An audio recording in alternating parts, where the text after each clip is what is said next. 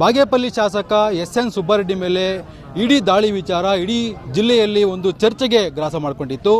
ಇನ್ನು ಪ್ರತ್ಯೇಕವಾಗಿ ಪರೋಕ್ಷವಾಗಿ ಸಿ ಮುನ್ರಾಜು ಏನು BJP ಮುಖಂಡರಿದ್ದಾರೆ ಬಾಗೇಪಲ್ಲಿ ಅವರು ಅವರೇ ಮಾಡಿಸಿದ್ದಾರೆ ಅಂತೇಳಿ ಸುಬ್ಬಾರೆಡ್ಡಿ ಅವರ ಬೆಂಬಲಿಗರು ಸಹ ಸಾಕಷ್ಟು ಪ್ರತಿಭಟನೆಗಳು ಸಹ ಮಾಡಿದರು. ಈಗ ಸದ್ಯಕ್ಕೆ ನನ್ನ ಜೊತೆ BJP ಮುಖಂಡರು ರಾಜ್ಯ ಕಾರ್ಯದರ್ಶಿಗಳು BJP ಇವರು ನಮ್ಮ ಜೊತೆ ಇದ್ದಾರೆ. ಅವ್ರನ್ನ ಮಾತಾಡ್ಸೋ ಹೋಗ್ತೀನಿ ಏನಂತ ಮಾಹಿತಿ ಸರ್. ಈಗ ನಾನು ಹೇಳಿದಾಗೆ ಅವಾಗೆ ಸುಮಾರು ಜನ ಈಗ ಇಡೀ ವಿಚಾರ ಮಾಡಿದ ವಿಚಾರಕ್ಕೆ ಅವರ ಕುಟುಂಬಗಳ ಮೇಲೆ ಕೂಡ ಇಡೀ ದಾಳಿ ಮಾಡಿತು. ಹೀಗಾಗಿ ಪ್ರತ್ಯಕ್ಷವಾಗಿ ಪರೋಕ್ಷವಾಗಿ ಸಿ ಮುನ್ರಾಜು ಅವರೇ ಮಾಡಿಸಿದ್ದಾರೆ ಅಂತೇಳಿ ಸುಬ್ಬಾರೆಡ್ಡಿ ಅವರು ಮತ್ತು ಅವರ ಬೆಂಬಲಿಗರು ಪ್ರತಿಭಟನೆಗಳು ಸಹ ಮಾಡಿದ್ದಾರೆ. ಇದ್ರ ಬಗ್ಗೆ ಹೇಳ್ತಾರೆ. ಈಗ ಪ್ರತಿಭಟನೆ ಮಾಡಿದಾಗ ನನ್ನ ಹೆಸರು ಎಲ್ಲವರು ಮಾತಾಡಿಲ್ಲ. ಅವರೆಲ್ಲರೂ ಸೋತಿರ್ತಕ್ಕಂಥ ಅಭ್ಯರ್ಥಿ ಅಂತ ಹೇಳ್ಬಿಟ್ಟು ಹೇಳಿದರೆ ಕೇಸ್ ಹಾಕಿದ್ದಾರೆ. ನಿಜ ಕೇಸ್ ಹಾಕಿದ್ದೀನಿ ನಾನು. ಅವರು ನೇರವಾಗಿ ನನ್ನ ಹೆಸರು ಆಪಾದನೆ ಮಾಡಿದ್ರೆ ನನಗೂ ಬರುತ್ತೆ ನೇರವಾಗಿ ಮಾಡೋದು. ಏನು ನಾವೇನು ಮುಚ್ಚಿಕೊಂಡು ಓಡಾಡೋ ಅವಶ್ಯಕತೆ ನಮಗಿಲ್ಲ. ಅವ್ರನ್ನ ಈಗೇನು ಇಡಿ ದಾಳಿ ಮಾಡಿದೆ, ಅನೇಕ ಜನನ ಇಡಿ ದಾಳಿ ಮಾಡಿದ್ರು. ಆ ಇಡಿ ದಾಳಿ ಮಾಡಿದಾಗ ಇಡಿಯವರು ಅಧಿಕಾರಿಗಳು ಬಂದು ಪರಿಶೀಲನೆ ಮಾಡಿದಾಗ ನಾವು ಕ್ಲಿಯರಿಟಿ ಆಗಿದ್ದರೆ ನಾವು ಅದನ್ನು ಯಾರು ಬಂದು ದಾಳಿ ಮಾಡಿದ್ರೆ ನಮಗೇನು ನಿಜನಾ ಇಲ್ವಾ? ಇವರು ಈಗಾಗಲೇ ಮಾಧ್ಯಮದಲ್ಲಿ ಹೇಳಿದ್ದಾರೆ ನಂದು ಏನಾದರೂ ಅಲ್ಲಿದ್ದರೆ ಮುಟ್ಗೋಲು ಮಾಡ್ಕೊಳ್ಳಿ ಅಂತ. ಅದೇ ಮಾತು ಮೇಲೆ ಇರಲಿ, ಇದ್ದರೆ ಮಾಡ್ಕೋತಾರೆ, ಇಲ್ಲ ಅಂದರೆ ಇಲ್ಲ, ಅಷ್ಟೇ ತಾನೆ? ನಿಜ ತಾನೆ? ಅದೇ ಮಾತು ಇಲ್ಲೂ ಹೇಳ್ಬೋದಲ್ಲ. ನಾನು ಬೆಂಗಳೂರಲ್ಲಿ ಏನು ಮಾಡಿಲ್ಲ, ಬಾಗೇಪಲ್ಲಿಯಲ್ಲಿ ಏನು ಮಾಡಿಲ್ಲ, ಬಾಗೇಪಲ್ಲಿಯಲ್ಲಿ ಏನಾದರೂ ನಾನು ಬೇನಾಮಿ ವ್ಯವಸ್ಥೆಗಳು ಮಾಡಿದರೆ ಅಕಸ್ಮಾತ್ ನಾನು ಏನಾದರೂ ಮುಚ್ಚಿಕ್ಕಿದ್ರೆ ಅದನ್ನು ಸರ್ಕಾರಕ್ಕೆ ನೀವು ಮುಟ್ಗೋಲು ಹಾಕ್ಕೋಬೋದು, ನಾನು ಬರ್ಕೊಡ್ತೀನಿ ಅಂತ ಈ ಮಾತು ಒಂದ್ಸಲಿ ನಿಮ್ಮ ಮಾಧ್ಯಮದಲ್ಲಿ ಹೇಳಕ್ಕೆ ಹೇಳಿ ಅವ್ರನ್ನ.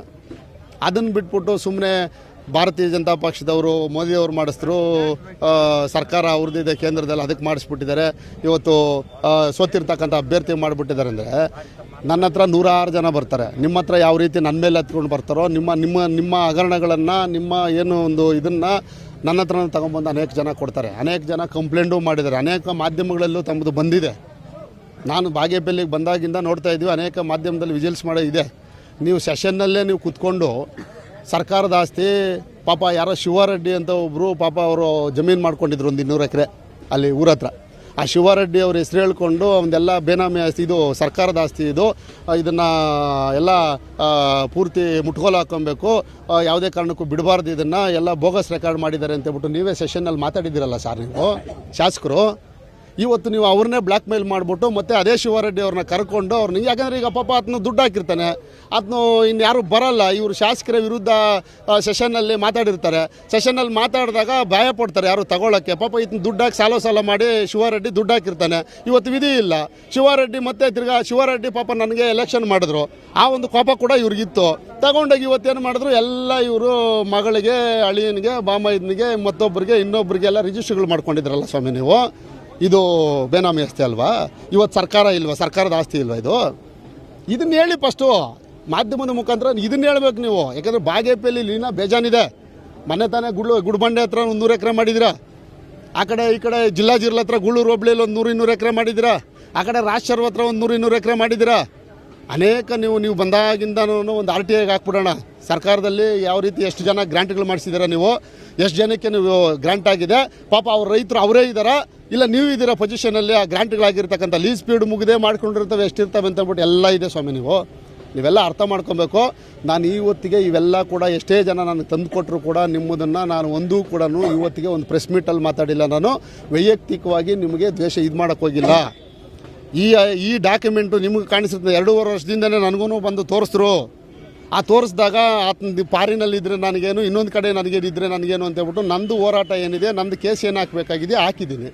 ಆ ಕೇಸಲ್ಲಿ ನನಗೂ ಯಾರೋ ಮಾಹಿತಿ ಹೇಳಿದ್ದಾರೆ, ನನಗೂ ಯಾರೋ ತೋರಿಸಿದ್ದಾರೆ ಅಂತ ಹೇಳ್ಬಿಟ್ಟು ನಾನು ಕೂಡ ಹೇಳಿದ್ದೀನಿ. ಏನಂತ, ನಾನು ಕೇಸನ್ನು ಹಾಕ್ತಾಯಿದ್ದೀನಿ, ನನಗೆ ಯಾರೋ ಇದೆ ಅಂತ ಹೇಳಿದ್ದಾರೆ, ಸಬ್ಜೆಕ್ಟ್ ಹಾಕಿದ್ದೀವಿ ನಾವು ಇದೆ ಅಂತ ಹೇಳ್ಬಿಟ್ಟು ನಾನು ಹೇಳಿಲ್ವೇ?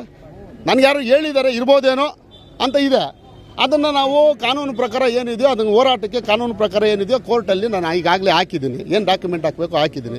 ಅದು ನನ್ನ ಕೈಲಾದರೆ ನಾನು ಪ್ರೂವ್ ಮಾಡ್ಕೋತೀನಿ, ನಿಮ್ಮ ಕೈಲಾದರೆ ಅದನ್ನು ನೀವು ಪ್ರೂವ್ ಮಾಡ್ಕೊಳ್ಳಿ. ಇಷ್ಟು ಬಿಟ್ಟರೆ ವೈಯಕ್ತಿಕವಾಗಿ ನನ್ನ ಮೇಲೆ ದ್ವೇಷ ಸಾಧಿಸ್ಕೊಂಡು ನನ್ನನ್ನು ಸೋತಿರ್ತಕ್ಕಂಥ ಅಭ್ಯರ್ಥಿನೇ ನನಗಿದೆಲ್ಲ ಮಾಡಿಸಿರೋದು ಇನ್ನೊಂದು ಅಂತ ಹೇಳ್ಬಿಟ್ಟು ನೀವು ಮಾತಾಡಿದ್ರೆ, ನಾನು ಮಾಡಿಸಿದ್ರೆ ನೀವು ಅದನ್ನು ಫೇಸ್ ಮಾಡ್ಕೊಳ್ಳೋ ಶಕ್ತಿ ನಿಮ್ಗಿರಬೇಕು. ನನ್ನ ಹೆಸರು ನೀವೇ ಮಾರ್ಕೆಟಿಂಗ್ ಮಾಡ್ತಾಯಿದ್ರೆ ಮಾಡಿ, ನನಗೇನು ಬೇಡನೆಲ್ಲ. ಆ ಶಕ್ತಿ ಮುನ್ರಾಜುಗಿದೆ ಅಂತ ಜನರಿಗೆ ನಾನು ಅಕಸ್ಮಾತ್ ನೀವು ಹೇಳ್ಕೊಂಡು ಹೋಗಿದ್ರೆ ಮಾರ್ಕೆಟಿಂಗ್ ಆಗಲಿ, ನಾನು ಬೇಡ ಅಂತ ಹೇಳ್ತಾ ಇಲ್ಲ. ಆದರೆ ಒಂದು ನೀವು ತಿಳ್ಕೋಬೇಕು, ನಿಮ್ಮ ಪಾರ್ಟಲ್ಲಿರ್ತಾಗ ಯಾರೋ ಶಾಸಕರು ನನಗೆ ಕೊಟ್ಟರು ಅಂತ ಹೇಳಿದ್ರೆ, ಶಾಸಕರನ್ನ ಬಂದು ನಾನು ಕೊಟ್ಟೆ ಅಂತ ಹೇಳ್ಬಿಟ್ಟು ನನ್ನ ಪಕ್ಕದಲ್ಲಿ ಬಂದು ಹೇಳೋಕೆ ಹೇಳಿ. ನಿಮ್ಮ ಪಕ್ಷದವ್ರು ತಾನೆ, ನೀವು ಹೇಳಬೇಕು. ನೀವು ಮಾತಾಡಬೇಕು. ಅದು ಬಿಟ್ಬಿಟ್ಟು ನಿಮ್ಮಲ್ಲೇ 76 ಗೊಂದಲಗಳು ಇಟ್ಕೊಂಡಿದೆ. ನೀವು ಮಂತ್ರಿ ಆಗ್ಬಿಡ್ತೀನಿ ಅಂತ ಹೇಳಿದ್ರೆ ನಿಮ್ಮ ಪಕ್ಷದವ್ರು ನಿಮ್ಮನ್ನು ಕಾಲು ಎಳಿಬೇಕು ಮಂತ್ರಿ ಆಗ್ಬಿಡ್ತೀರ ಅಂತ. ನಾನಲ್ಲ, ನಾನು ನಿಮ್ಮನ್ನು ಕಾಲು ಎಳೆದ್ರೆ ನಾನು ಮಂತ್ರಿ ಆಗ್ತೀನಾ? ನಿಮ್ಮ ಪಕ್ಷದವ್ರು ಯಾರೋ ಆಗ್ತಾರೆ. ಅದು ಬಿಟ್ಬಿಟ್ಟು ಮಂತ್ರಿ ಆಗ್ಬಿಡ್ತೀನಿ ಅಂತ ಹೇಳ್ಬಿಟ್ಟು ಅವರು ರಾಜಕೀಯ ದುರುದ್ದೇಶದಿಂದ ಮಾಡಿದ್ದಾರೆ ಅಂದರೆ ನೀವು ಕಾಂಗ್ರೆಸ್ಸಲ್ಲಿ ಸ್ವಾಮಿ ಆಗೋದು. ನಾನು ಬಿ ಜೆ ಪಿಯಲ್ಲಿ ಇರ್ತಕ್ಕಂಥವನು, ಬಿ ಜೆ ಪಿಯಲ್ಲಿ ಕೆಲಸ ಮಾಡ್ತಕ್ಕಂಥವ್ನು. ನಾನು ಬಿ ಜೆ ಪಿ ಸರ್ಕಾರ ಬಂದರೆ ನನಗೆ ಅವಕಾಶ ಏನೋ ಹೈಕಮಾಂಡ್ ಮಾಡಿಕೊಟ್ರೆ ನಿಮ್ಮ ಬಾಯಿ ಮಾತಲ್ಲಿ ಏನೋ ನಾನಾಗ್ಬೋದು ಅಷ್ಟೇ.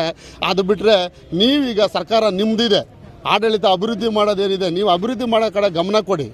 ಬರೀ ನೀವು ಇದನ್ನೇ ಮಾತಾಡ್ಕೊಂಡು ಕೂತ್ಕೊಂಡು ಏನೋ ಯಾರೋ ಹೇಳಿದ ಮಾತೆಲ್ಲ ಕೇಳ್ಕೊಂಡು ಕೂತ್ಕೊಂಡ್ರೆ ಪ್ರಯೋಜನ ಇಲ್ಲ. ಇದಿಷ್ಟು ಬಿಜೆಪಿ ರಾಜ್ಯ ಪ್ರಧಾನ ಕಾರ್ಯದರ್ಶಿ ಸಿ ಮುನ್ರಾಜ್ ಅವರು ಮಾತಾಡಿರ್ತಕ್ಕಂಥ. Rajappa guarantee news, Chikkaballapur. Guarantee news, ಸುದ್ದಿ ಖಚಿತ, ನ್ಯಾಯ ನಿಶ್ಚಿತ.